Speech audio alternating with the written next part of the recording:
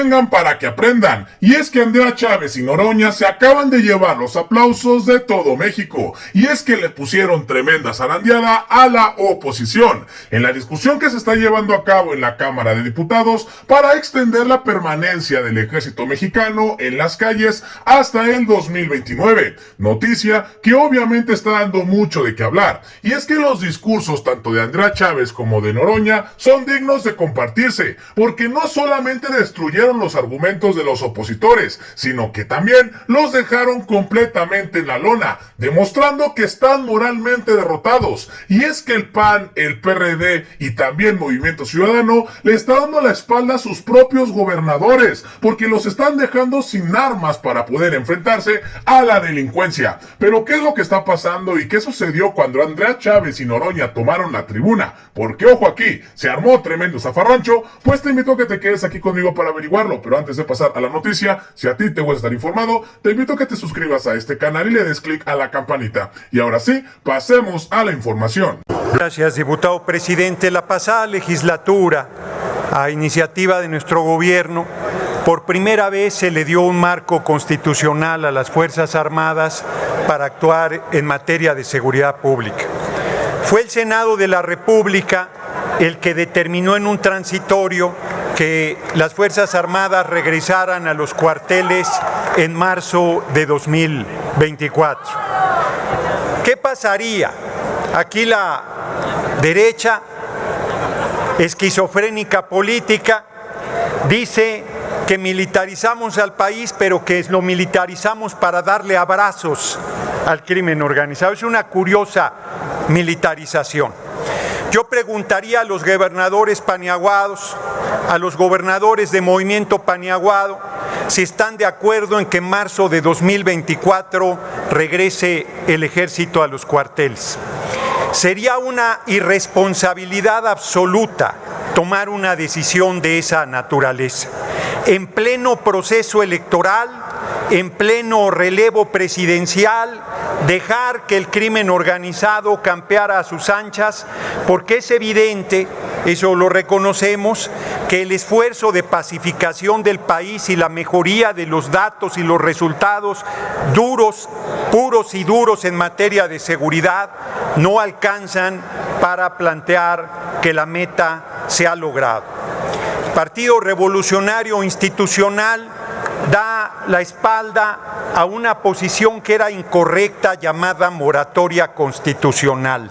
Una patraña, un eufemismo para estar bloqueando cualquier reforma constitucional en beneficio del pueblo. Se dicen preocupados de la seguridad pública, pero no son capaces de dejar su mezquindad a un lado y reconocer que esta es una decisión correcta en la actual coyuntura política y social que vive el país.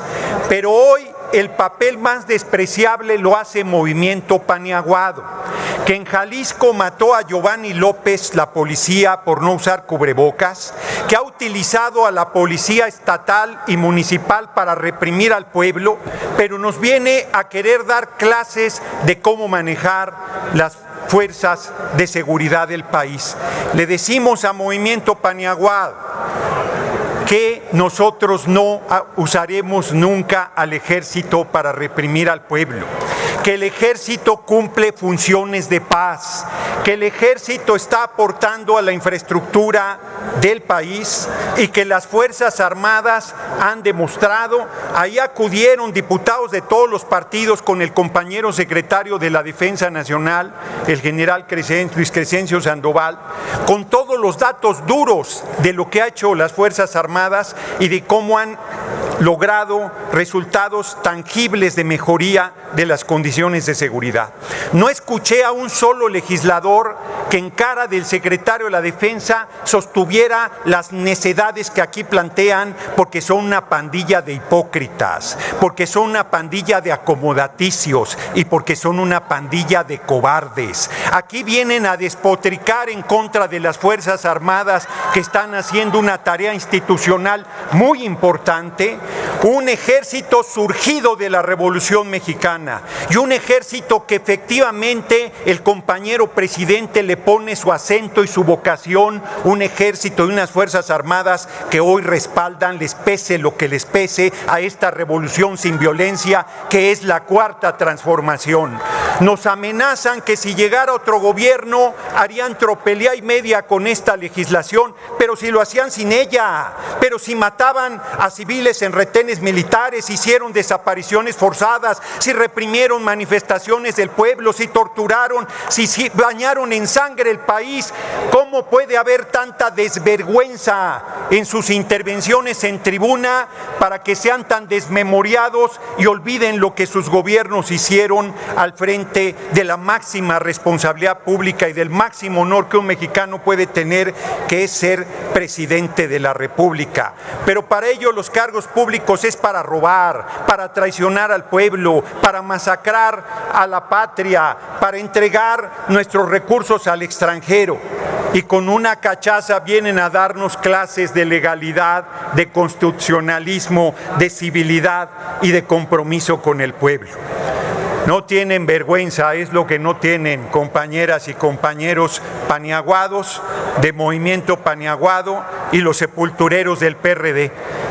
Critiquen lo que quieran, el acuerdo que tenemos en este momento con el Partido Revolucionario Institucional, pero no es un acuerdo pragmático ni majadero, es un acuerdo en favor de los intereses de los y al servicio de nuestro pueblo. Les pesa mucho y su patrón Claudio X González está como ustedes.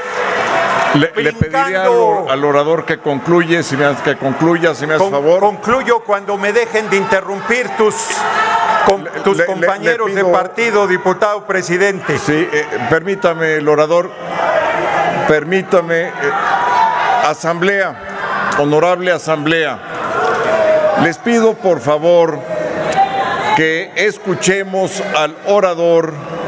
Ya le he pedido que concluya, pero necesita concluir y para concluir lo debemos de escuchar.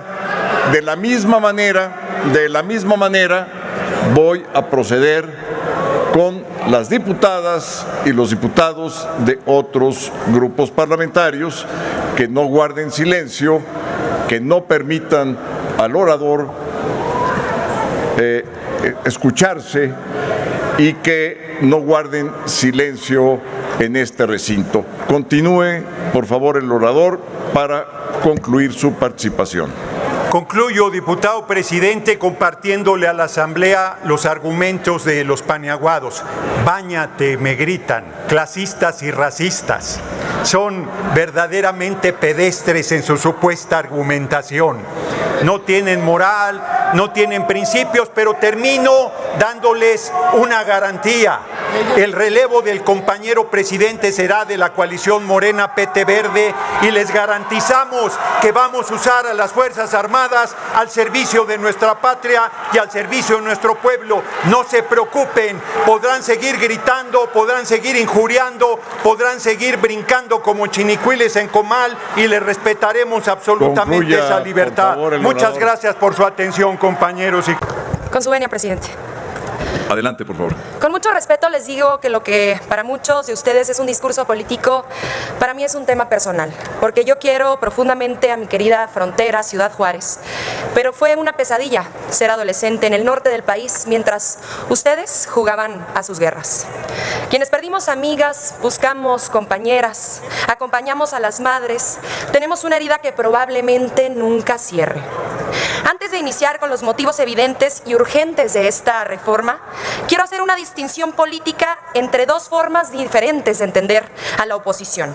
Porque hoy, en esta Cámara de Diputados, hay quienes decidieron, sin simpatizar siquiera con el proyecto de nación de Morena y de la Cuarta Transformación, no hacer politiquería barata con la seguridad y la vida de las mexicanas y mexicanos, y eso es de agradecer.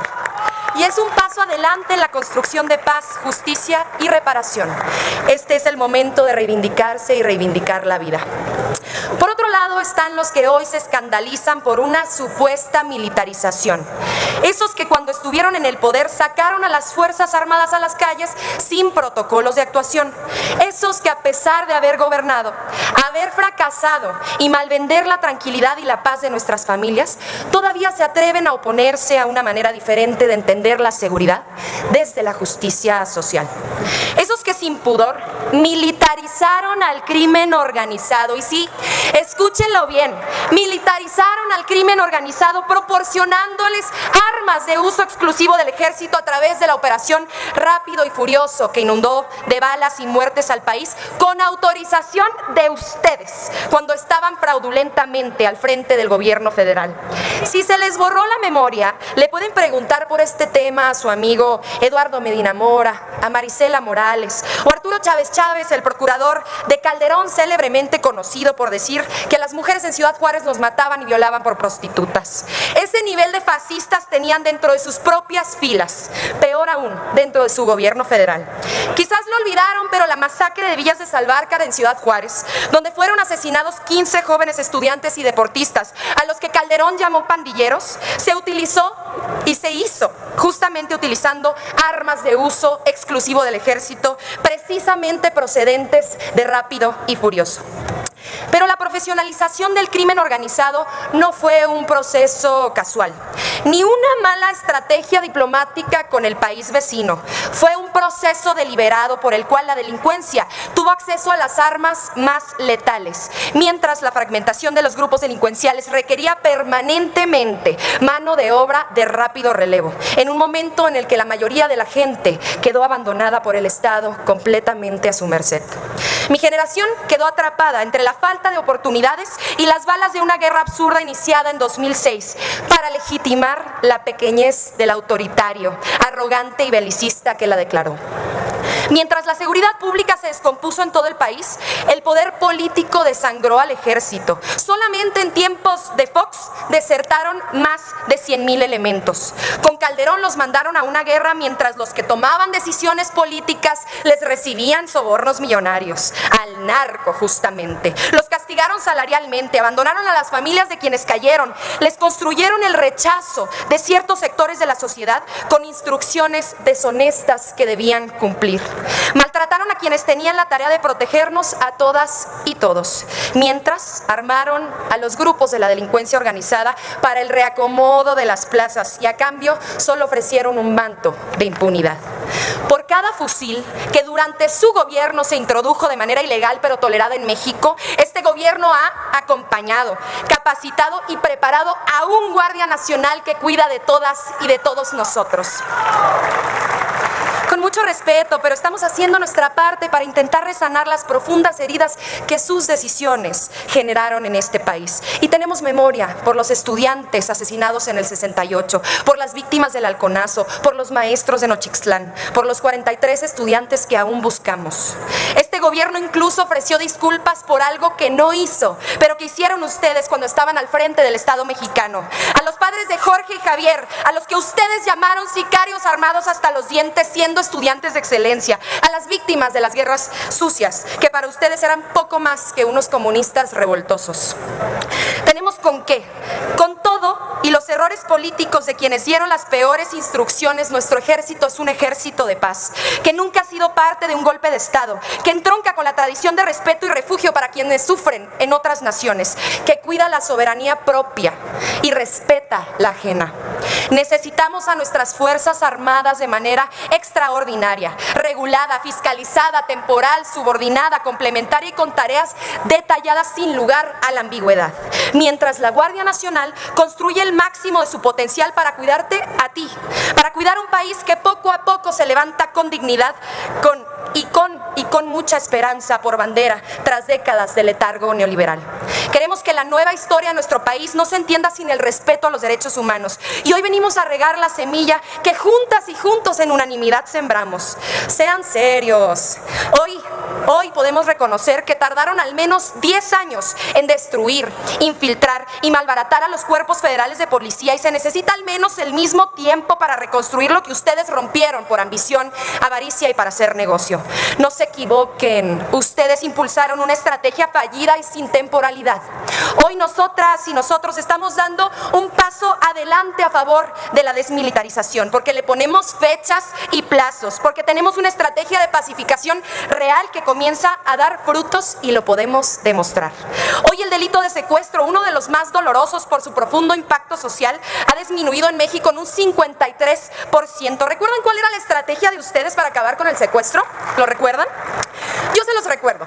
Ustedes inventaban supuestos grupos de secuestradores y los detenían como chivos expiatorios, fabricaban testigos protegidos y forzaban declaraciones obtenidas bajo tortura, como ocurrió con la ciudadana francesa Florence Cassés y con Israel Vallarta, sin resolver nada y violando todos los derechos humanos. Pero ¿qué van a saber ustedes de derechos humanos si le dieron la medalla de derechos humanos a un personaje como Isabel Miranda de Wallace? Los principales delitos federales han disminuido en un 30% durante la administración del presidente López Obrador, un 60% de exceso en delitos financieros, un 50% en delitos patrimoniales, un 40% en delitos fiscales, un 22% en delitos contra la integridad. También los delitos del fuero común. El robo a transporte público ha bajado un 37%, el robo de vehículo un 45%, el robo a casa habitación en un 30% y uno de los más terribles, el homicidio doloso, en un 10%, y lo reconocemos, sí, falta mucho por hacer.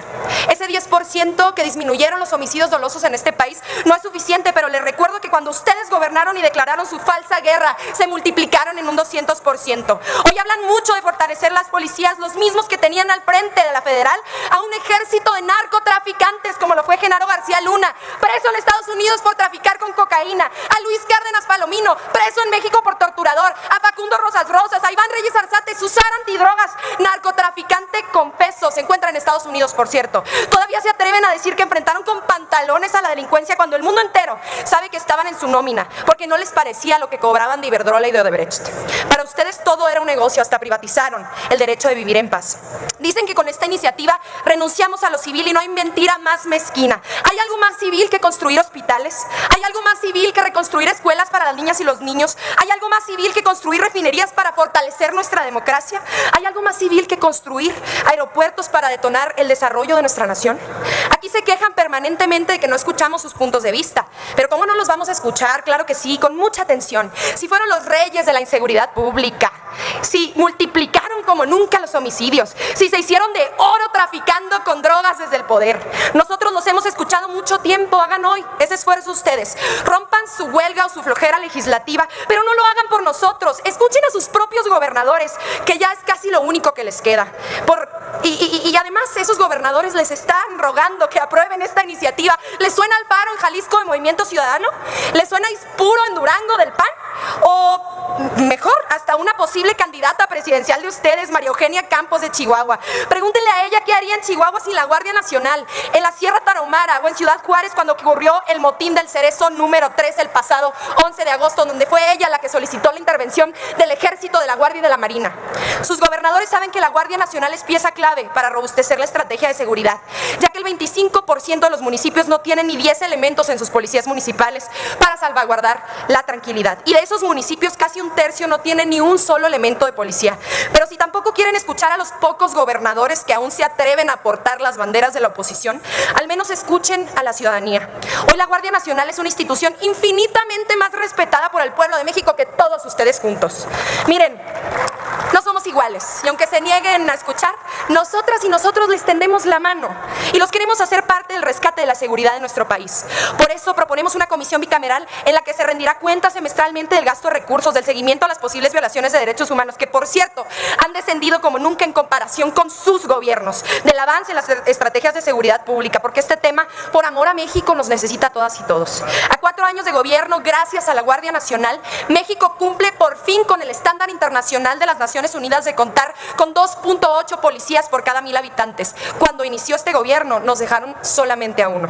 Pero este gobierno no solo ha priorizado la atención directa al delito, lo ha prevenido construyendo oportunidades para millones de jóvenes en este país, con becas para estudiar, con apoyos para iniciar una profesión digna y honesta, con programas que otorgan el impulso inicial que siempre les fue negado. Hoy se acompaña a los productores y trabajadores del campo para que tengan alternativas. Hoy se siembra vida para cosechar paz. Hoy hay precios de garantía para que todas y todos los que se dedican al campo puedan cultivar los productos que garantizan nuestra soberanía alimentaria y no los que el crimen quiera. Hoy existe una pensión universal para adultos mayores que estructura el piso mínimo de millones de familias. Y sobre este tema, justamente sobre este tema quiero hacer una mención especial, porque cuando alguien habla de violencia, yo no imagino, yo no teorizo, yo recuerdo. Para mí esto sí es personal, porque ustedes nos convirtieron en sobrevivientes, porque yo sí me escondí de las balaceras debajo de la cama durante las noches, porque a mí me sacaron un día de la escuela con apenas 13 añitos para acompañar a mi amiga tras el feminicidio cobarde de su madre, porque justamente yo viví en la zona cero de su absurda guerra contra el narco, y quienes son de Tijuana, de Tamaulipas, de Michoacán, me pueden entender a la perfección, los que recuerdan, las que recuerdan, porque tenemos memoria, pero también quienes hoy viven en Guanajuato, en Jalisco, en Tamaulipas, porque mi madre me tenía que cubrir los oídos y los de mis hermanos para no escuchar las detonaciones que sucedían por las noches con mucha frecuencia, con tanta que se volvió la normalidad de las y los juarenses, porque ninguna niña tendría que ver colgados decapitados en puentes cuando va por las mañanas de camino a la escuela, porque ningún padre tendría que pasar por la angustia de manejar con desesperación para verificar que su hija aún seguía viva, tras haber recibido llamadas incontables con voces haciéndose pasar por su hija para conseguir una extorsión, porque perdimos tantas y tantos seres queridos que estos 15 minutos no me alcanzarían siquiera para contarlos. Así fue como las ventas de los ansiolíticos se dispararon en farmacias propiedad de sus gobernadores. Así se multiplicaron las niñas y los niños sin sus padres o las madres sin sus hijos. El suicidio aumentó y la esperanza se tornó lejana, porque el miedo y el terror encontraron suelo fértil cuando se hacía imposible distinguir a los buenos de los malos, porque los que debían cuidarnos tenían su orden de desplazar a comunidades enteras para liberarles la plaza a los delincuentes con los que ustedes negociaban sobornos millonarios, porque los que debían cuidarnos tenían la orden de reprimir movimientos sociales, manifestaciones pacíficas y las voces que con valentía y coraje pedían paz. Ya nunca más, este es el momento para el que hemos nacido. Y hoy tenemos un camino. Por favor, a la presidente. Que concluya. Hoy tenemos un camino que vamos a transitar, porque nos urge construir una nueva historia de paz y derechos humanos. Vamos a apostarle a una vida que merezca la pena ser vivida. Esto no se trata de ganar una votación parlamentaria y termino. Esto se trata de devolverle la tranquilidad a las familias trabajadoras que con su esfuerzo han sacado adelante este país.